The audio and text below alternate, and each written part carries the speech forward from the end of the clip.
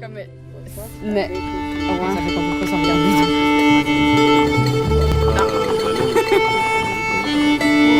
En plus, moi, ce qui me plaît, c'est qu'il aurait payé le circuit d'avion à place pour prendre deux affaires, ça aurait coûté moins cher.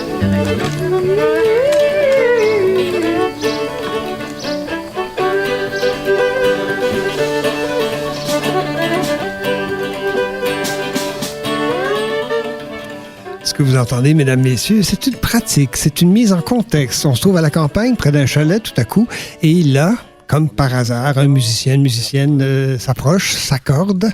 Dur à dire, c'est Chalet dur, hein? Sessions. Chalet Sessions. C'est Salé. Chalet Salé Sessions. Sessions. Bienvenue. Ça roule? Oui. Yeah. Bienvenue au Chalet Sessions avec les chercheurs d'art. Voilà, la présentation, ils la font d'eux-mêmes. Voyez-vous, parfois, un animateur de radio n'a pas à parler. Ça se présente soi-même. Bonjour, Sophie Berriot. Bonjour. Comment allez-vous? Ça va très bien, merci, toi. Sophie, absolument, ça va très, très bien. Sophie, mesdames, messieurs, pour vous la resituer, elle est maintenant impresario d'artiste, si on peut dire, gérante, absolument.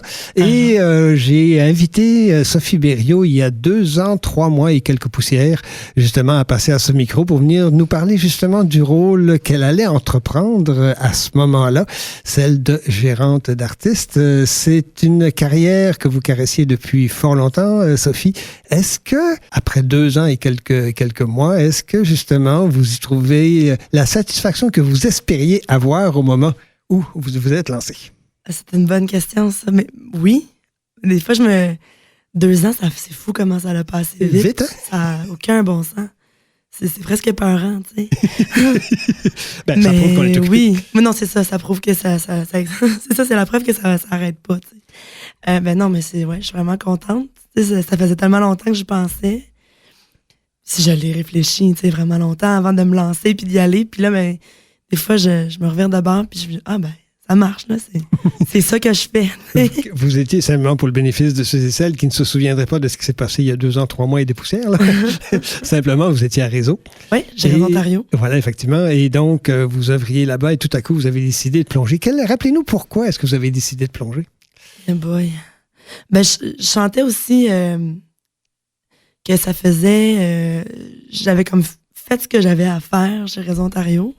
Puis la gérance, puis le booking, c'est quelque chose qui me tentait depuis le début, dans le fond. Quand j'ai commencé à travailler chez Réseau Ontario, je savais que Réseau allait être un tremplin vers ça, puis que Réseau allait me permettre de rencontrer tous les gens que j'avais rencontrés pour passer à ça. Je pensais que j'allais rester 2 ans chez Réseau. Puis en 2 ans, tu sais, t'as pas la chance de vraiment...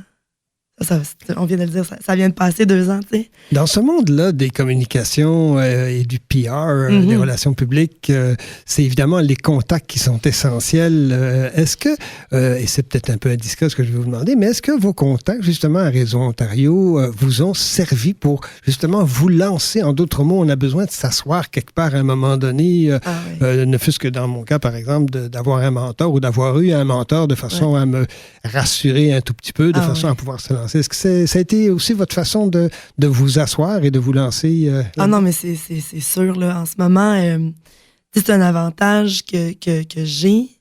Je veux dire, c'est sûr que ces contacts-là, je les ai travaillés dans les dernières années, à force d'aller dans les événements en contact, puis de rencontrer, de côtoyer ces gens-là de l'industrie qui, au début, ça me pétrifiait. Là. Oui, La première fois que je suis rentrée dans un congrès, j'ai reviré de bord. J'ai vu tous les gros noms, diagrammes, bon sound, Dare to Care, puis je me sentais tellement pas à ma place. T'sais.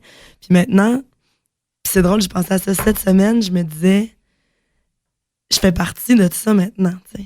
Puis c'est un bel accomplissement, c'est cool. 2 choses. Est-ce qu'on se sent, après un certain temps, accepté aussi par les gens de l'industrie? Ouais. Parce que souvent, quand on est bleu, quand on commence, quand on est un peu néophyte dans la matière, souvent on se dit, est-ce que je vais me faire accepter finalement pour ce que je suis, ce que je suis capable de faire, bon, etc., etc., des contacts. Est-ce que maintenant, vous avez l'impression que vous êtes de ceux et celles qui, justement, font partie de ce monde médiatique, un peu en périphérie des artistes? Ben, je pense que oui. Je pense qu'il y a encore des preuves à faire parce que c'est quand même encore nouveau. Mais tu sais, quand je suis arrivée à Montréal, je côtoyais les gens que j'avais rencontrés dans le passé. Mais là, j'arrivais plus avec le même chapeau. Tu sais, j'arrivais pas dans un lancement avec Est-ce que le les gens, chapeau. leur réaction, c'était « Ah, c'est la fille du réseau? » C'est ça, Oui, c'est ça. Ah, c'est Sophie de chez Réseau Ontario, tu sais. Mais là, c'était Sophie de chez Sophie Berriot. C'est ça. C'est ça. Puis là, je rentrais dans les lancements, puis quand je suis arrivée à Montréal, tu sais, j'étais partout, là. L'objectif, c'était d'être partout pour être vue. Tu sais, c'était ça l'objectif de partir à Montréal aussi, sans job, sans rien qui m'attendait là-bas. Je me disais, il faut que je sois là, il faut que je sois vue, il faut... Puis c'était épeurant, là. C'est pour ça m'a pris 2 ans de prendre cette décision-là, mais t'arrives. Puis là, c'était de me représenter moi-même, puis il a fallu que je fasse mes preuves. Tu sais, il a fallu que je monte ça, puis que j'aie des réussites, puis je pense que je suis encore en train de faire mes preuves, mais je pense que je m'installe. La mécanique a-t-elle été difficile à installer? En d'autres mots, bon, il y a les aspects administratifs, évidemment, il y a les aspects relationnels dont on vient de parler. Je pense que ceux-là, c'est probablement le plus essentiel, bien sûr, mais il y a aussi l'aspect administratif, bien sûr, bon, parce que vous êtes formé votre propre compagnie de relations publiques, etc., etc. Est-ce que ça aussi, ça a été un beau défi? Et j'en parle de cette façon-là parce que c'est un peu comme le début d'une PME, finalement. Il faut vraiment tout tenir compte, les impôts, bon, l'enregistrement, enfin tout ça, toute la mécanique, effectivement. Est-ce que ça aussi, Sophie Berriot s'attendait à devoir affronter ça? Ben, en fait, quand je suis partie pour Montréal, je me disais, j'espérais pouvoir entrer dans une structure qui était déjà existante, me faire engager dans une maison de disques, puis prendre l'expérience, puis j'aurais jamais... Tout le monde me disait, ah ouais, toi, tu vas être un entrepreneur à un moment donné, mais j'ai êtes-vous malade? J'aurais jamais les gosses de faire ça. Puis finalement, ça s'est comme imposé.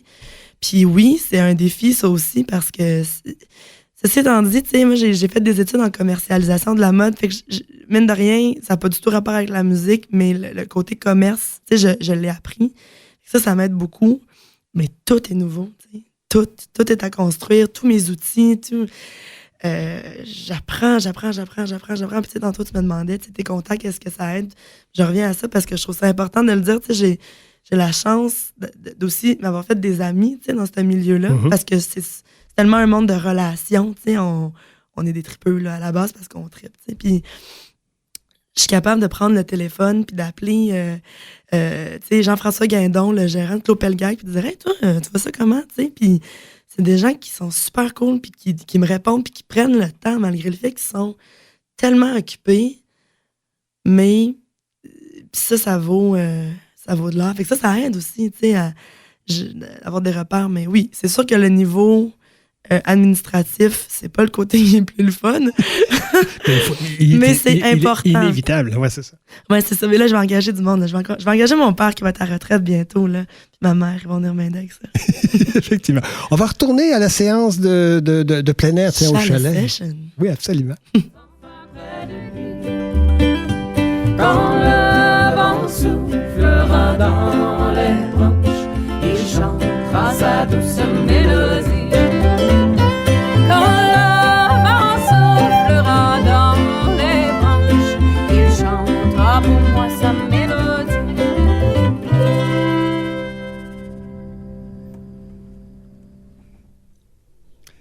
Voilà, donc... C'est beau, hein? Oui, Oh, absolument, tout à fait. Il faudrait peut-être dire, Sophie, que c'est les chercheurs d'or. Et justement, parlant des artistes, etc., comment est-ce que, puisque vous êtes gérante des chercheurs d'or maintenant, officiellement, en titre, etc.,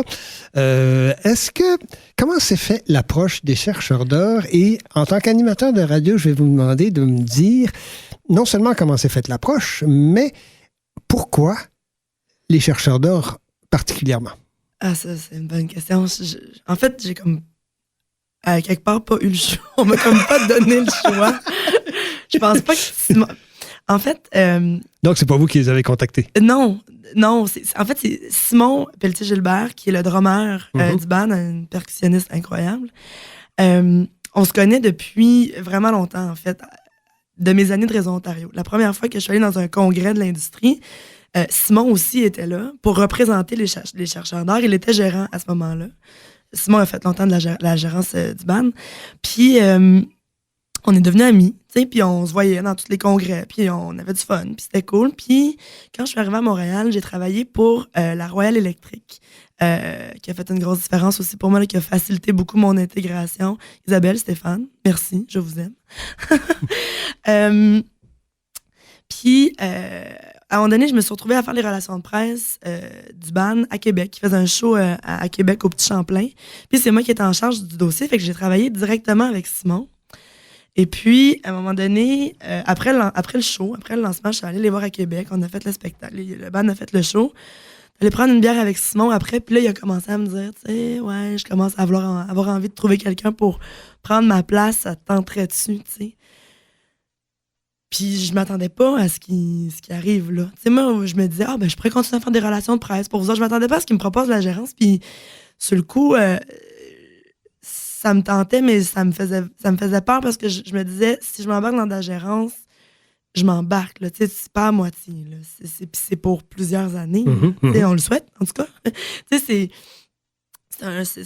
ça m'impressionnait, tu sais, puis je voulais être sûre de ma shot, puis là, je l'ai pensé, je l'ai reviré de bord, mais comme je te dis, Simon, il me laissait pas dire non, là. C'est intéressant que vous ayez été approché par eux autres de cette façon-là, mais est-ce que vous aviez déjà, comment je dirais, des atomes crochus avec ce genre de musique-là? Parce que, bon, soyons honnêtes, les chercheurs d'or, c'est un peu folklore sur les bords, c'est un peu folk, si on dit, si on veut. Ça fait penser un peu au Cowboy Fringant, en apportant toutes les nuances nécessaires. Est-ce que vous aviez déjà des affinités avec ce genre musical-là? Ouais. Oui, je pense que de façon naturelle, les autres artistes aussi qui se sont greffés chez Berriot, on est pas mal dans le folk rock. C'est pas mal les deux influences qui sont les plus fortes, là, puis qui, de façon naturelle, c'est ça. Il faut croire que c'est ça que j'ai attiré parce que c'est ça que je dégageais, j'imagine. Je sais pas. Mais c'est sûr que si t'aimes pas ça. Est-ce que c'est le genre de musique que Sophie Berriot écoute? Ah oui, mais Sophie Berriot, elle écoute. Je parle de moi en troisième personne, c'est bizarre, ça. Non, mais parfois, c'est nécessaire pour prendre un peu de distance, Sophie. Oui, c'est ça. C'est peut-être ça. Mais j'ai tellement d'influence. J'écoute tellement de trucs. Mais c'est vrai que ce qui est folk, ce qui est country, ce qui est rock aussi, c'est ce qui vient me chercher vraiment d'un trip, là, t'sais. Ben oui. Vous êtes ouverte donc comme ça à tous les genres musicaux. Donc par conséquent, si à un moment donné, je sais pas moi, en tant que gérante ou en tant que personne, purement simplement, si quelqu'un de Metallica vous rejoignait et vous disait est-ce que ça vous intéresserait de nous gérer? Est-ce que ce serait un beau défi aussi? Ben oui. Metallica, c'est pas intéressant comme réponse. Ouais. Franchement. Non, mais c'est ça. Mais c'est parce que tu sais, de toute façon, tu sais, ces choix-là, ils sont. Là, tu sais, ils ont besoin il y a besoin d'avoir une certaine rationalité dans les choix que tu fais. Il y a rationalité et émotion. Mais, il y a les deux. Mais pour vrai, c'est l'émotion, là, tu sais, ça marche dessus. Puis tu peux vraiment beaucoup aimer aussi, tu sais, la musique qu'un artiste fait. Mais tu t'assois, tu vas prendre un café, puis t'aimes la personne, c'est cool. Mais tu te dis, tu sais quoi, ça va pas être nécessairement ça pour travailler ensemble. Tu sais, c'est pas facile, là. On vit de beaux et grands moments, puis on prend la route, on va faire des shows, c'est exaltant. Des fois, on arrive dans des shows aussi, puis ça l'est comme pas tant non plus, tu sais. Puis ça c'est dur, tu sais, c'est pas évident, puis des fois, on parle de choses qui sont, qui sont relevées, puis on discute, puis ça fait que t'as besoin d'avoir à la base, une relation qui est vraiment solide. Une bonne communication, ça, c'est vraiment important. C'est ce que j'essaie d'établir avec toutes les bonnes avec qui je travaille, qu'on puisse se parler. Parce que des fois, il y a des trucs qui vont arriver qui vont être moins faciles. Mais, non, mais c'est sûr que c'est la passion au début, là. Dans l'entrevue de... Oui, c'est ça. Dans l'entrevue d'il y a 27 mois, vous soulignez un aspect qui était vraiment intéressant. Je me suis permis de réécouter l'entrevue que vous m'aviez donnée, qui soulignait justement l'importance pour vous du travail de groupe. Ah oui. Le travail en groupe, en gang, comme vous disiez à l'époque. Est-ce que c'est encore vrai maintenant comme gérante, mais peut-être pas au même niveau, vous ne faites pas partie des musiciens, vous devez prendre un tout petit peu de recul par rapport aux musiciens qui, eux autres, s'exécutent. Est-ce que la gang, ça n'a pas la même connotation ou ça a la même connotation maintenant? Bonne question. Tu poses tellement des bonnes questions. C'est sûr, comme avec les chercheurs d'or, ce qui a été vraiment cool, c'est que rapidement, j'ai eu l'impression de faire partie de la gang. Puis ça, pour moi, c'est essentiel. Il faut que chante, que je fasse partie d'un tout. Puis travailler avec un band, c'est autre chose que de travailler avec un artiste. Et là, ils sont 5. Pas un, ils sont 5. Absolument. 5 amours. Mais... C'est bon signe déjà. Ouais. Ben non, c'est merveilleux. Oui. Mais c'est comme une relation. C'est comme une relation de mère. Parce que t'as 5 individus qui sont eux-mêmes, qui sont très authentiques par eux-mêmes, puis je peux pas parler. Souvent, je vais appeler Simon, on va parler d'un sujet, je vais en parler d'une façon, puis là, je vais appeler Isabeau, puis on va s'en parler d'une autre façon, parce que ce sont des individus différents, puis tout le monde gère, ces émotions-là, puis c'est tout ce travail-là qu'on a à faire à sa façon. Mais c'est sûr que moi, mon objectif puis mon rôle, c'est de réaliser ce que eux ils veulent accomplir, de leur donner les outils pour que ils atteignent leur rêve d'artiste, dans le fond. C'est intéressant d'être au service et en même temps comme guide. Hein? C'est un peu à la fois les deux, c'est pas ambigu, c'est les deux positions finalement. Ouais, c'est une mère. C'est ça exactement. Ben, laissons justement voir si l'effet de la mère a eu de l'effet. On va écouter Tout explose. Non, je n'aurais jamais pu penser que tout erreur avait son bon côté. Toi, tu lis l'avenir dans nos traces et tu gardes le beau à la surface.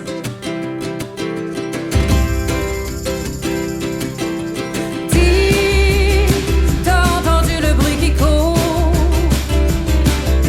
et l'homme qui a trouvé le remède au blues.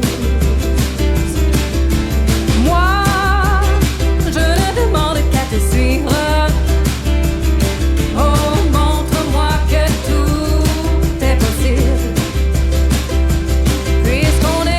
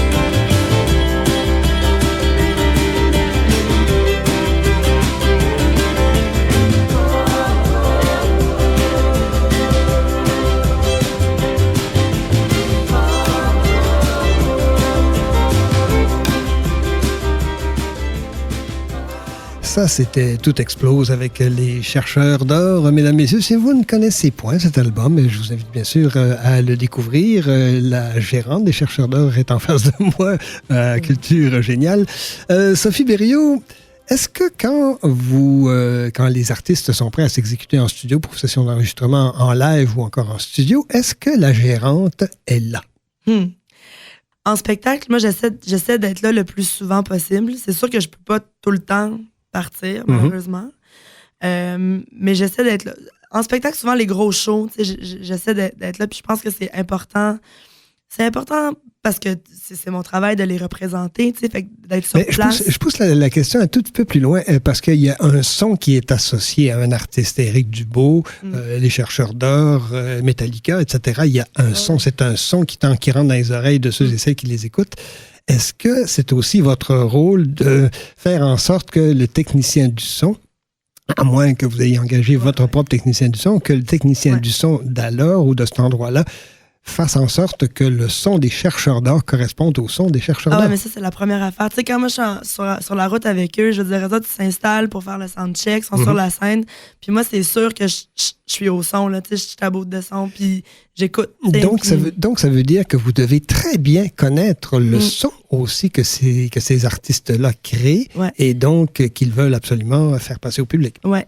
Ben oui, puis à force de les écouter, c'est à force de les voir en show aussi, mais c'est vraiment important parce qu'en plus, tu sais, les chercheurs d'or travaillent beaucoup avec leur propre soundman. Ceci étant dit, justement, parce que le son qu'ils veulent reproduire dans la salle, parce que eux, sur scène, c'est leur son, tu sais, mais ce son-là est ensuite amplifié dans la foule. Ouais. Puis la façon que ça va sortir dans la foule, il peut y avoir une distorsion. À cause de l'acoustique de la salle. À cause de l'acoustique de la salle, parce que le gars qui est à la console, lui, il a décidé de mettre un petit peu moins de violon parce que c'est son... Tu sais, fait que c'est important, c'est vraiment important pour la bande et on travaille de façon principale avec un soundman.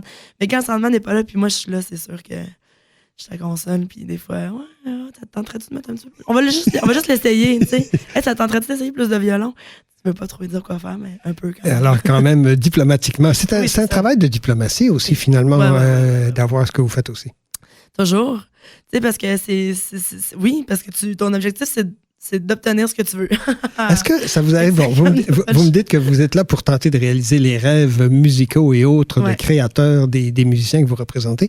Est-ce que ça vous arrive aussi de vouloir... Parce que, bon, on a tous une âme d'artiste à un moment donné ou à un autre, et je pense que je vous connais assez pour savoir que vous en avez une aussi. Et est-ce que, justement, ça vous arrive de... Comment je dirais?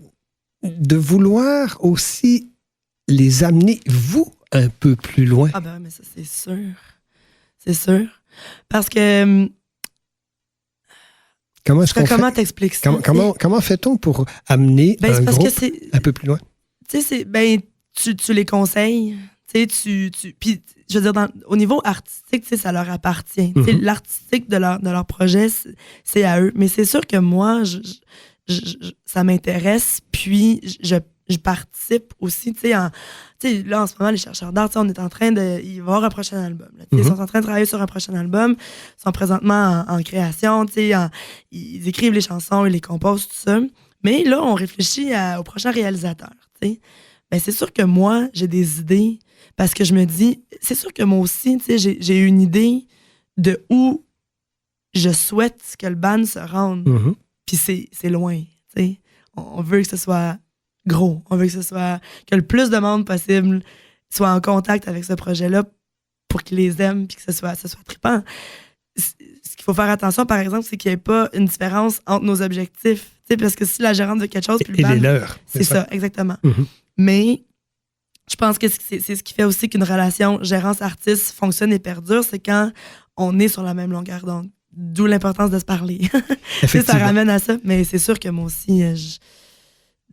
Oui, je les guide, je pense. C'est intéressant parce que, bon, vous faites aussi du booking pour Francis Flaubert, etc., pour les Bayous aussi. Oui, c'est ça, exactement. Et là, le booking, c'est différent aussi. Ouais. Là, c'est simplement trouver des endroits où ils peuvent s'exécuter devant le public, etc. Ça n'a rien à voir avec la gérance en tant que telle pour ces artistes-là particulièrement. Non, c'est pas la même responsabilité. Ça dépend aussi des artistes, en booking, il y a des artistes avec qui je travaille qui n'ont pas nécessairement de gérant. Fait que des fois, je vais proposer des trucs parce que, je veux dire, c'est juste bénéfique pour tout le monde, là.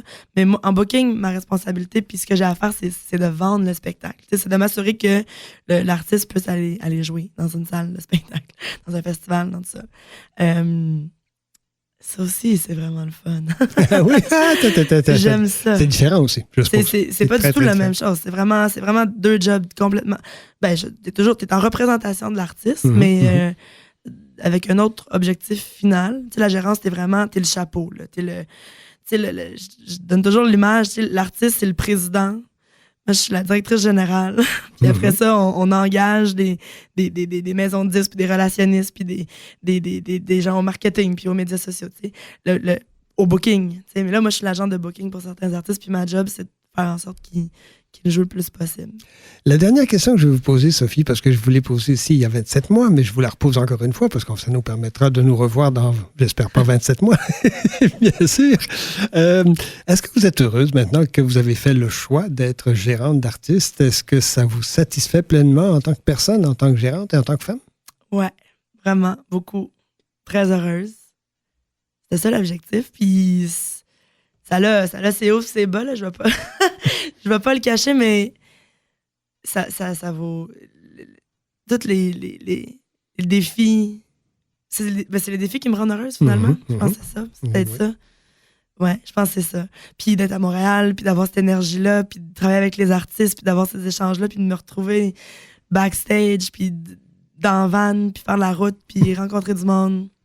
Ouais, je pense que je suis heureuse. Et je peux vous dire, en tout cas, mesdames, messieurs, que ça a été un moment d'heureuse rencontre, parce qu'on s'est rencontrés. C'est pour ça que ça nous a donné l'idée, ça m'a donné l'idée de l'inviter, bien sûr. On s'est rencontrés au Gala des Triards tout récemment, il y a quelques semaines. Et donc, je m'étais dit, tiens, ce serait intéressant de voir où est-ce qu'elle en est, Sophie Berriot. Sophie, merci d'être passée à Culture Géniale. J'espère que ça a été agréable pour vous et on va se recroiser. Promettez-moi que ce ne sera pas dans 7 mois. On va essayer de faire ça un petit peu moins lent. Parfait. Merci à toi. Merci. 1, 2. Est-ce qu'il faut que tu syntonises la bonne station? Te pencher pour le Seigneur et de belles chansons. Allume dans la radio.